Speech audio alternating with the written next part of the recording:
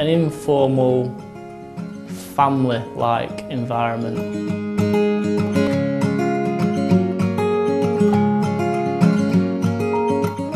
Most of the decisions are getting made over a cup of coffee in the morning and breakfast in the kitchen, or yeah, while we're out riding the bikes.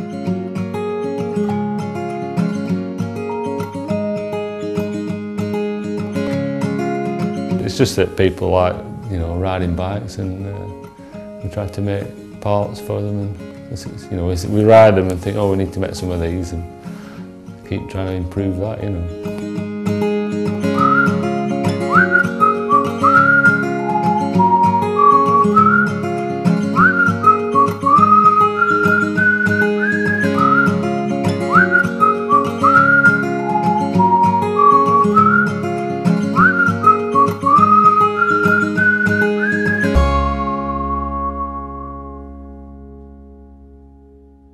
Obviously, because you ride and you go to events, it inspires you to develop things and, you know, make more things and hopefully do more bits for bikes.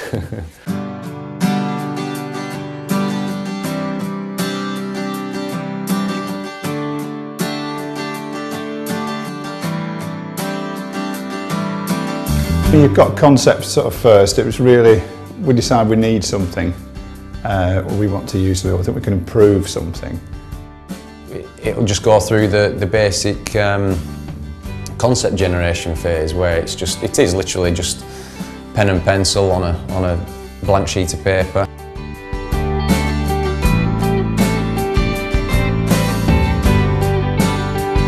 They'll draw things up, he'll fairly quickly go through the design and the prototyping stages.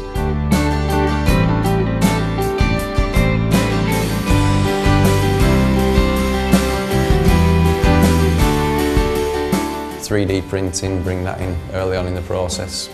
And then you've got a visual representation in your hand.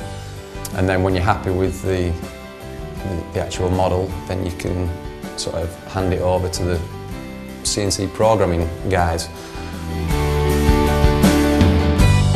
That will be turned into a solid part via the programming guys, so they'll turn the drawing into a real part, into the numeric code that the machines use downstairs.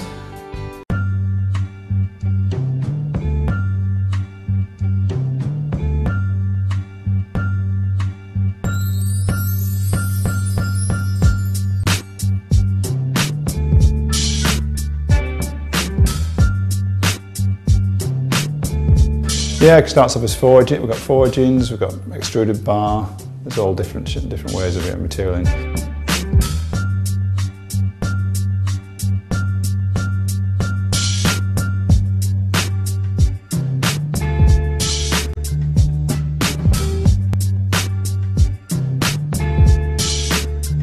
It's not the old mill type place. Now we're looking at more like the Formula One type impression.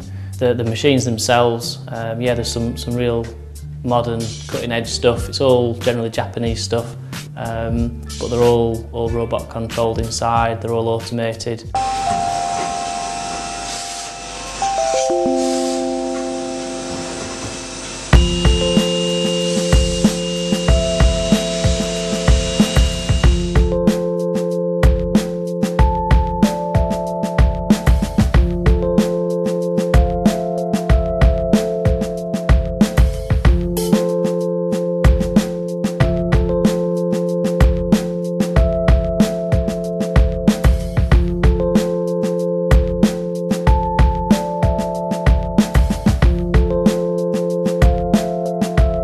There's a lot of big machine that you'd see in aerospace manufacture. It's like when we got the new 5-axis machine, there were only a few, like I think McLaren had one same machine, and there were very few in the country.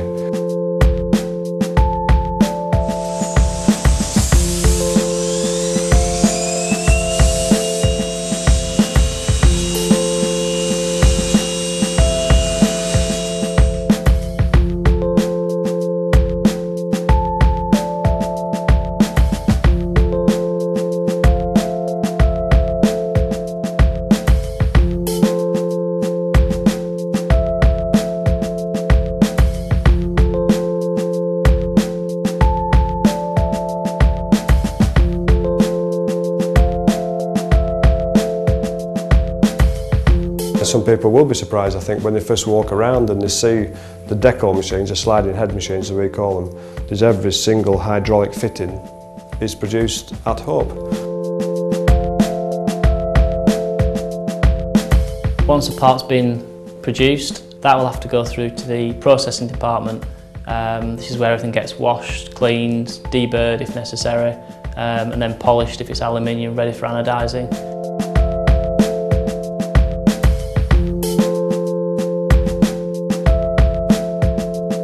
Anodizing needs to have a part that's very clean, with a nice finish and a nice surface on it, otherwise you get dull, inconsistent results.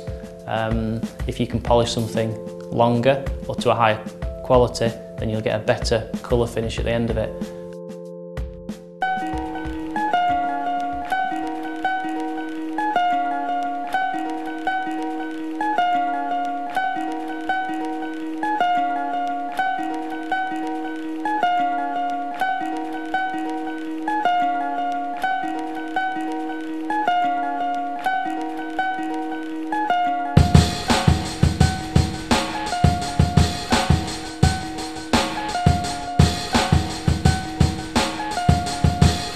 It's a controlled corrosion of aluminium, so it's electrical charge goes through it, and then you can add a dye to it so you can produce the colours. They put over 1 million parts a year through anodizing, so every single part has to be put onto a jig by hand, then it goes through the process and it's unjigged by hand.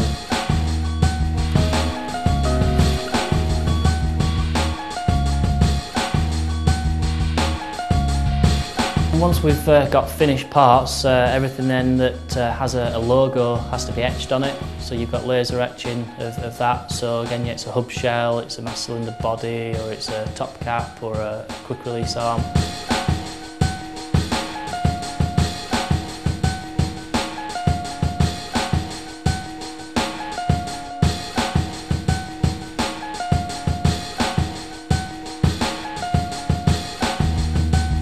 When they go into assembly, they are inspected before they go into assembly, but then usually in assembly there's probably 20 to 30 people in assembly hand building all the parts, so whether it be a seat clamp or a brake, bleeding a brake up or putting a stem on.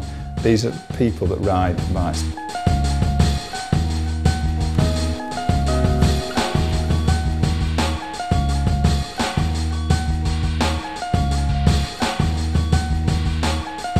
Got a whole room of people doing different assemblies, sub-assemblies of things like master cylinder assemblies to go into the bodies, or you've got 3 bodies being assembled to then go into a complete hub, stems, face plates put on, bottom brackets assembled. I mean, everything is done by hand. When you look at a master cylinder lever, for one thing, there's I think on a brake there was like 60 odd parts of, there's a team of people building master cylinders, there's a team of people building calipers, then they go to, the bleed station where they're piped up, there's so many, things to do.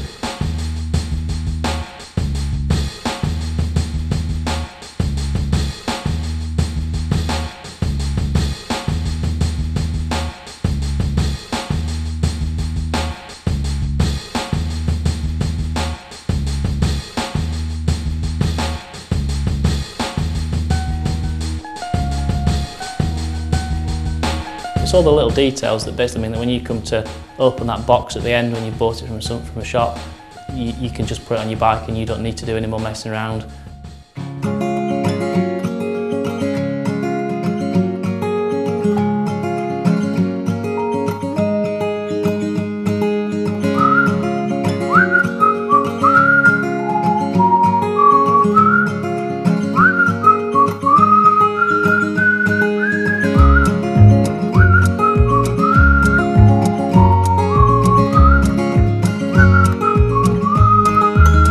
We're still really interested in what we do, that's the thing, and we want everybody else to have this passion.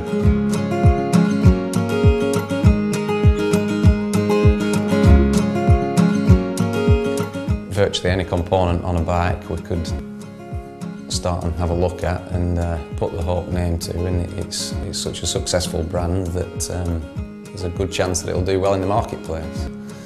So yeah, it's exciting times.